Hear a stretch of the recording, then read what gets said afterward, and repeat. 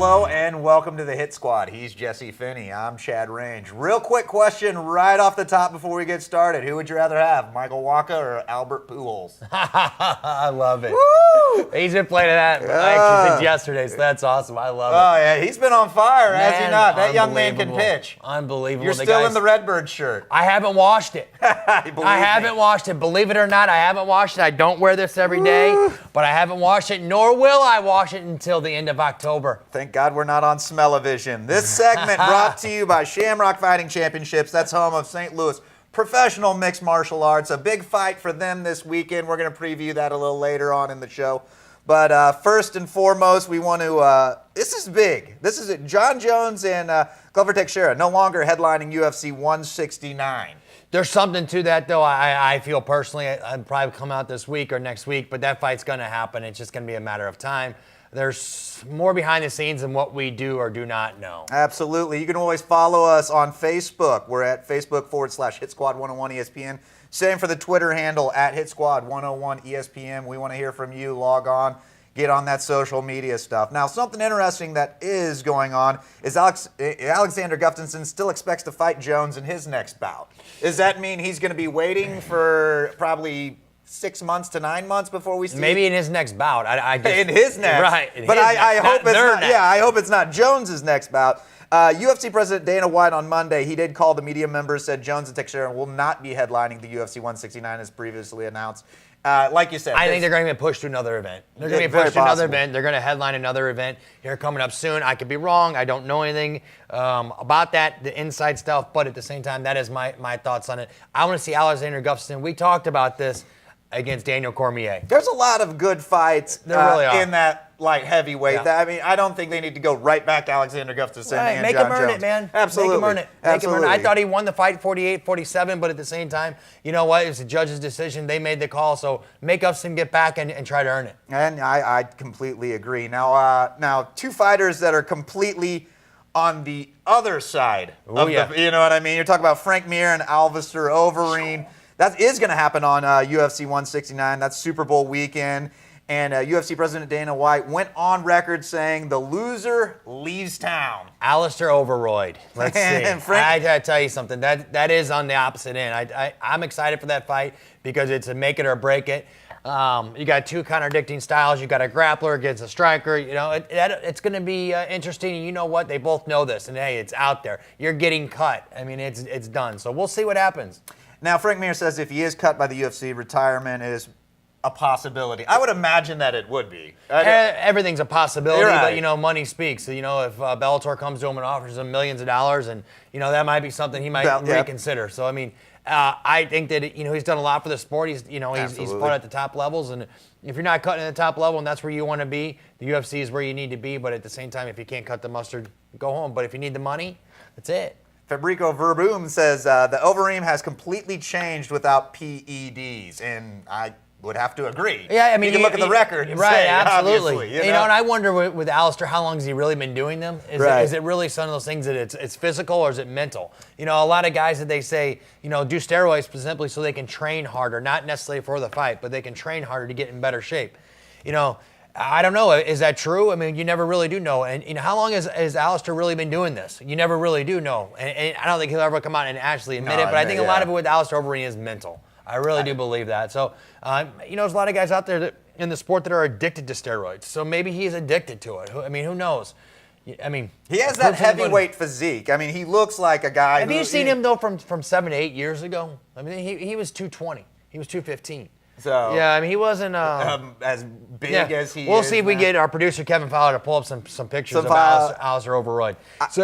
I remember seeing him fight. I think it was against Bigfoot Silva. I remember thinking, "Wow, he is just big and yoked." But boy, I mean, Silva. I'll tell you something. The Missouri Athletic Commission did end up testing him in the state of Missouri, so I do know that for a fact. I mean, he got tested for steroids. How long ago was that? That was back when he fought here in Strikeforce in St. Louis. Do we have any idea how that test? I mean, did it Negative. come back negative? So negative. That one, yeah, it's one of those things. I tell you, it'll be very interesting, and I think to draw parallels between sports, you're going to have the same thing with Ryan Braun next year. Did you see they're trying to maybe possibly trade Ryan Braun? Well, I'm sure they are. Yeah, I mean, I would. Yeah, who bites on that? I don't know, but I think it'll be the same thing. Yeah. Well, I don't even know if he has a place there. I have a feeling you're going to see his numbers fall off. I think it is a mental game, and I think baseball is very mental, and what's your thoughts on how mental fighting is? No, I definitely think fighting's mental, 110%, man. I mean, like,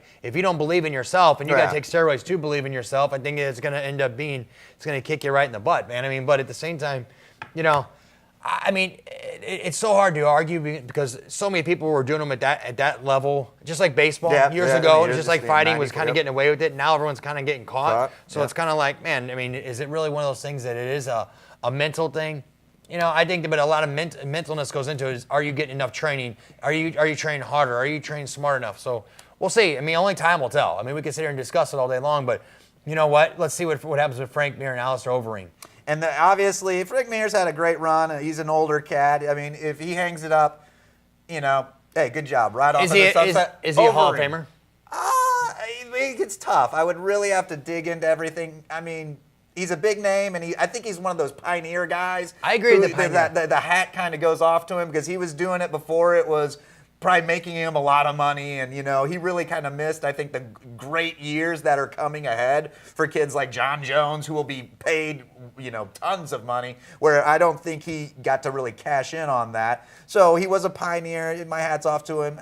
Yeah, maybe. My question is, what happens to Overeem if he loses?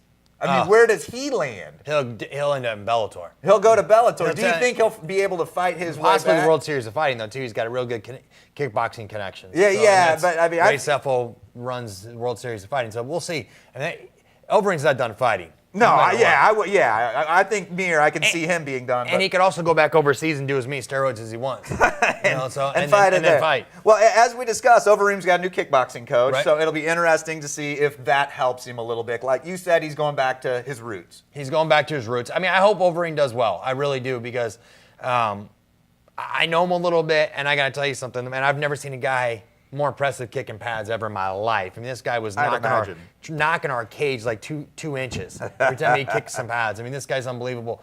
And he's exciting, man. He's a banger. He comes out there, and that's what the UFC wants. I mean, the heavyweight division. Hey, let's hope he hit a bump in the road. I mean, let's hope that he can bounce back from it, and we'll see where he goes from there. Absolutely. Be interesting to watch that unfold. Also, Josh Barnett looking to pick up right where he left off versus Travis Brown. Here's the quote. He's going to look to make a name off me. I'm going to look to carve out another headstone. I love the quote. That's a good one. That's Josh Barnett. The guy belongs in pro wrestling. I mean, he's actually a hell of a fighter, though, too.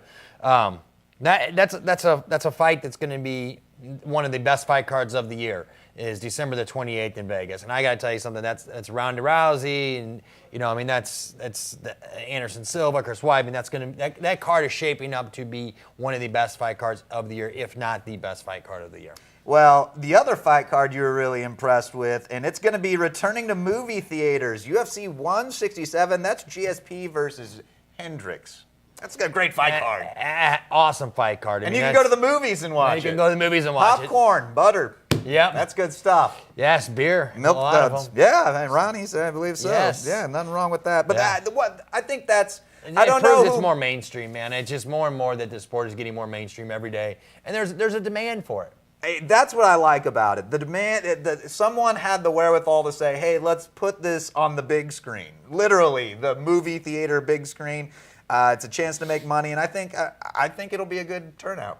I do too. I think that it will continue to be a good turnout. I mean, and the more that we can get this in mainstream, the more that I think it's going to help everybody. It's going to help the sports. It's going to help the gyms. It's going to help you and I. It's going to help anybody and everybody. And it just continues to do what it's doing, and that's continuously progressing. I'm interested. I would be interested to go to something like that. I've watched, fights at people's houses and fights at sports bars.